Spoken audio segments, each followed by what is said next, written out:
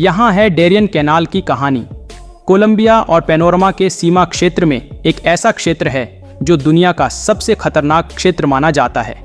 इस 100 मील के क्षेत्र को पार करना मौत को दावत देना है।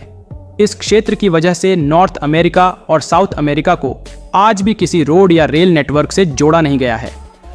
पूरे मानव इतिहास में केवल 7 बार इस क्षेत्र को वाहनों से पार करने का प्रयास किया गया है।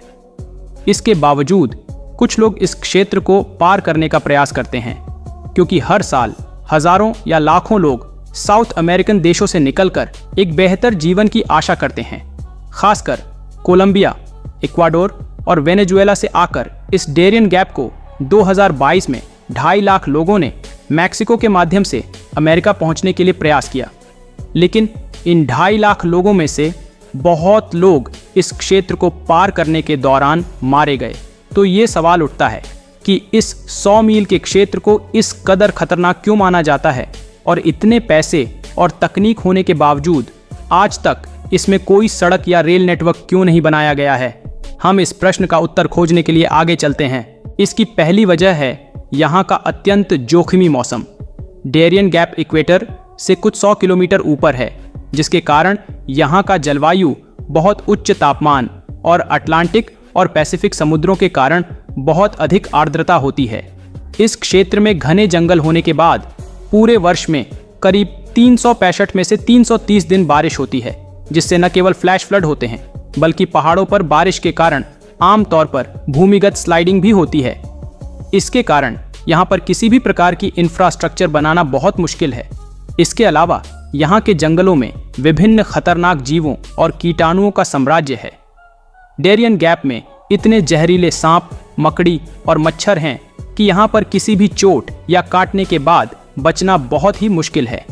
इसके अलावा यहाँ पर दूर दूर तक कोई अस्पताल या आवास नहीं है, इसलिए यदि कोई यहाँ चोट लगाता है तो उसका उपचार करना असंभव होता है। हालांकि ये नहीं कि अमेरिका और अन्य देशों ने इस क्षेत्र में सड़क या रेल नेटवर्क बनाने की कोशिश नहीं की है। इसमें वित्तीय खर्च और कठिनाई है, लेकिन यह असंभव नहीं है। असलियत में कुछ देश चाहते हैं कि इस क्षेत्र में कोई सड़क या रेल नेटवर्क ना हो, विशेषकर अमेरिका और पैनामा।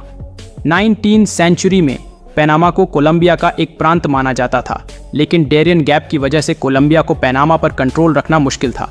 कोलंबियाई सरकार के लिए पैनामा से जुड़े रहने का एक ही रास्ता समुद्र के माध्यम से था, और इसी कनेक्शन का उपयोग करके पैनामा ने कोलंबिया से आज़ादी की लड़ाई शुरू की। इस मूवमेंट के दौरान 20वीं सेंचुरी में एक उभरती super power United states of America ने इसमें अधिक रुचि दिखाई, जिसने पनामा कैनाल की व्यापारिक महत्वपूर्णता को समझा और चाहा कि इसका कंट्रोल उसके पास हो। पनामा कैनाल के निर्माण से पहले पूरे पश्चिम और पूर्वी अमेरिका में व्यापार करना बहुत मुश्किल था।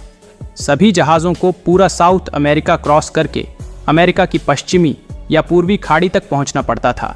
इसलिए अमेरिका की पश्चिमी और पूर्वी कोस्ट लाइनें आपस में जुड़ी हुई थीं, और इस समस्या का हल निकालने के लिए इस आर्टिफिशियल कैनाल की आवश्यकता थी।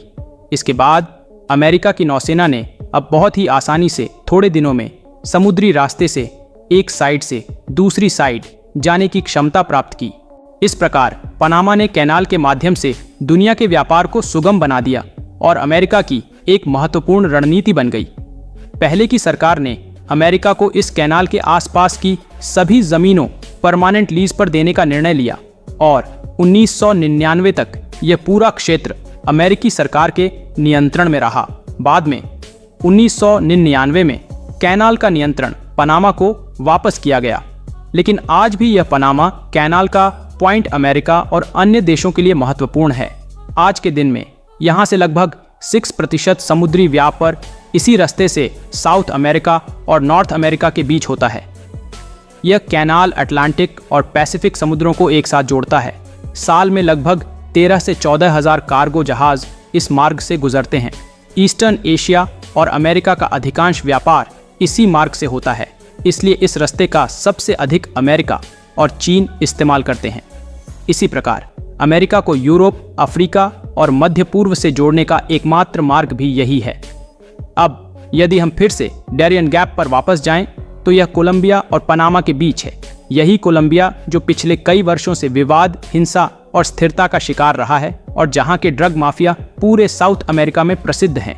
पूरी दुनिया में सबसे अधिक कोकेन कोलंबिया में बनती है और ये सभी यहाँ से केंद्रीय और उत्तर अमेरिका में स्मगल होती है। लेकिन इस डेरियन गैप की वजह से इसे स्मगल करना कठिन है और स्मगलर्स को सी रूट लेना पड़ता है, जहाँ कई बार कस्टम्स इन स्मगलर्स को पकड़ लेते हैं।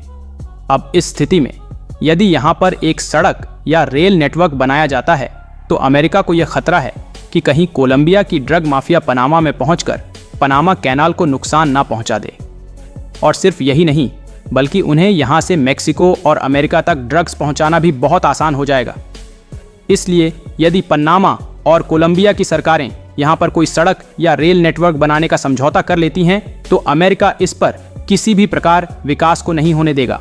और अब हम आते हैं डेरियन गैप को विकसित न करने की आखिरी वजह पर, और वह है अवैध प्रवास को रोकना।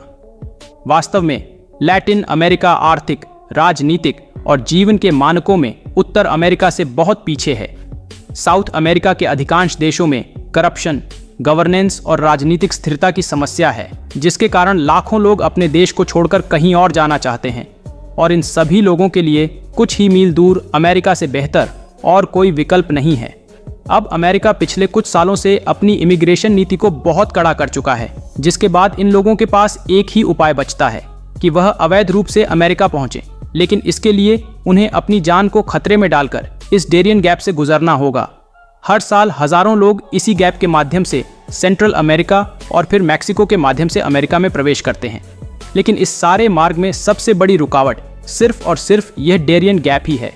यहाँ डेंगू, मलेरिया, जहरीले सांप, भूस्खलन और बाढ़ जैसी खतरनाक चीज़ों का सामना करना होता है। इस 10 दिन के सफ़र में आपको इन सभी चीज़ों से गुजरना पड़ता है और दुर्भाग्यवश इतने खतरनाक रास्ते के बावजूद हर साल इस गैप को क्रॉस करने वालों की संख्या में लगातार वृद्धि हो रही है। गरीबी और भूख से जूझ रहे लोगों की जिंदगी में कोई भी विकल्प नहीं बचता है। इस सफ़र में कई लोग अपने प्राण गंवा बैठते हैं और जो बच जाते हैं उनमें अधिकांश आत्मिक नुकसान उभर आता है। भूख इंसान के साथ क्या क्या करवा सकती है इसका एहसास होता है। इन गरीब लोगों को अमेरिका तक पहुंचने से रोकने के लिए एक ठोस रेल रोड नेटवर्क की आवश्यकता है। लेकिन दुखद है कि ऐसी कोई पहल अभी तक नहीं की गई है और शायद आने वाले सालों में भी इस पर कोई ध्यान नहीं दिया जाएगा। दक्षिण अमेरिका और उत्तर अमेरिका के बीच इतना विभाजन क्यों है? जहां एक ओर दुनिया की अग्रणी अर्थव्यवस्था है, वहीं दूसरी ओर अन्य देश गरीबी और भूख की चपेट में क्यों हैं?